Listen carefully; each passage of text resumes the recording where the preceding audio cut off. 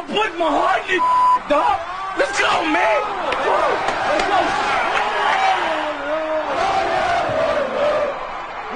Stick to Boston. Stick to Boston. Damn guys on shit. Damn guys on shit. Stick to Boston. Stick to Boston. Damn guys on shit. Damn guys on shit. Good morning, afternoon, or evening, everyone. Welcome to another episode of Through the Eye of the Hurricane. I'm your host, Charlie Boyd.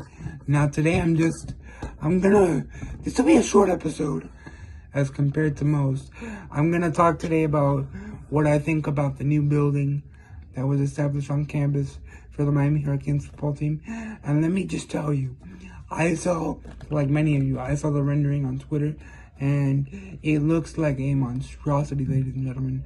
I for one am very pleased with how it turned out. Now, with me, I have some of the specifics for what it will entail, so allow me to get into that.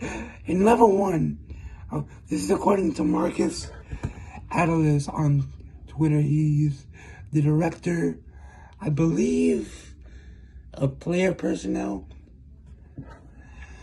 Level 1, we have the main lobby, locker room, equipment, and nutrition. So basically your standard locker room happenings, if you will. Now level 2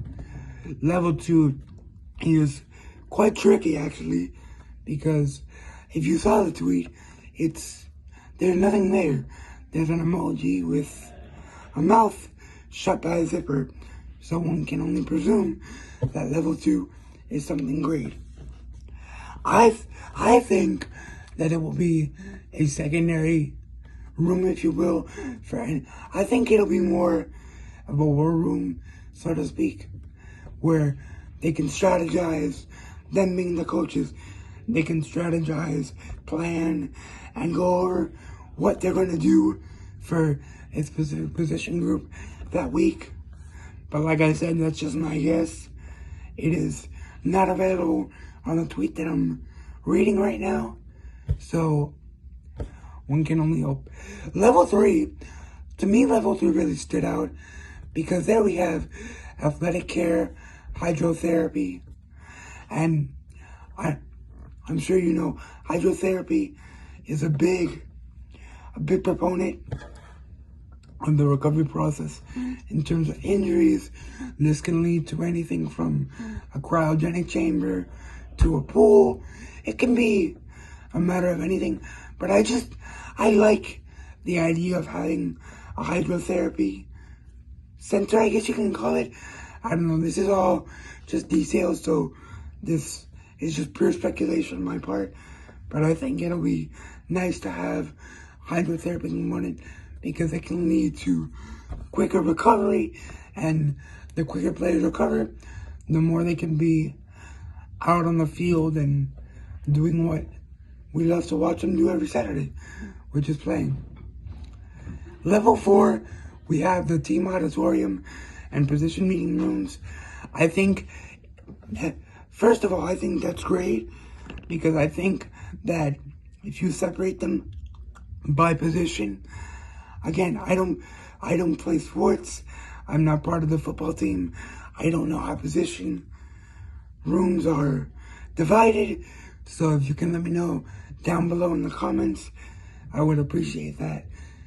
But back to my original point. If the position meeting rooms are divided, I think that'll be great, because it'll be less confusion for everyone involved, and better flow leads to better production, in my opinion. We also have an elevated connection to garage, which I'm not gonna go into detail because only one can presume that means parking. So I'm just gonna skip ahead if you don't mind. Level 5, sorry, I'm scrolling down what I have here. I apologize for the pauses.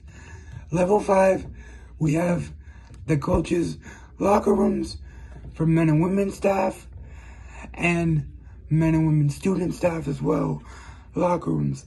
there'll be 4 total, according to Mr. Adelies. I apologize if I'm butchering that last name. There'll be 4 total. Also, gender-inclusive locker rooms. So, that's a great step in a positive direction for the team. There will also be this is odd. It says recruiting video. One can only surmise what that means, but on the subject of not getting ahead of myself, I will just move on. Level 6, we have coach's office and meeting spaces. Not very much to say, as that's already common in a locker room, or in a facility, if you will. So moving on. Level 7 is one that stands out to me greatly. And this is the last level. Oh, I should also note that this tweet is subject to change, so anything that I'm saying right now could be changing, but this is just reacting to the tweet as it is. Level 7. In regards to level 7, I think this is wonderful. Level 7 includes creative services, NIL, and personal branding. Again, this is taken from the tweet. I'm not making any of this up. This is verbatim from the tweet. I think level 7 will have a profound impact on how the team gets viewed from a public perspective, because now with NIL, teams are still learning, because NIL is fairly new. Teams are still learning about how to personalize them and their personal brand. I think this will also help for player development, because players are learning how to not only market themselves, I guess you would say, on the field, but also market their brand as an athlete. So I think having an office, or having a level rather, that's dedicated to that will be great, because players can go in, get advice from people who, again, this is all speculation, who I would presume are well-versed, or well-acquainted rather, with NIL and personal branding. So I think level 7 really stands out to me, because like I said, NIL is fairly new, and a lot of teams are still, not only the Miami Hurricanes, but a lot of teams are still trying to grasp it and what it really is. And in Miami, I'm sure those of you that are from here, or if not, if you watch me from another part of the country, if you will, Miami has a lot of branding opportunities with certain restaurants, certain furniture stores, or I'm just naming examples here. So any branding can be done. So I think level 7 is excellent in terms of having a level dedicated to not only creative services, but NIL and personal branding. Keep in mind, this is subject to change. So this is all purely how I think the spaces can be utilized. So with that, I said it would be a short one. So with that, I just want to thank you all for watching, and I will see you next time. Go Canes.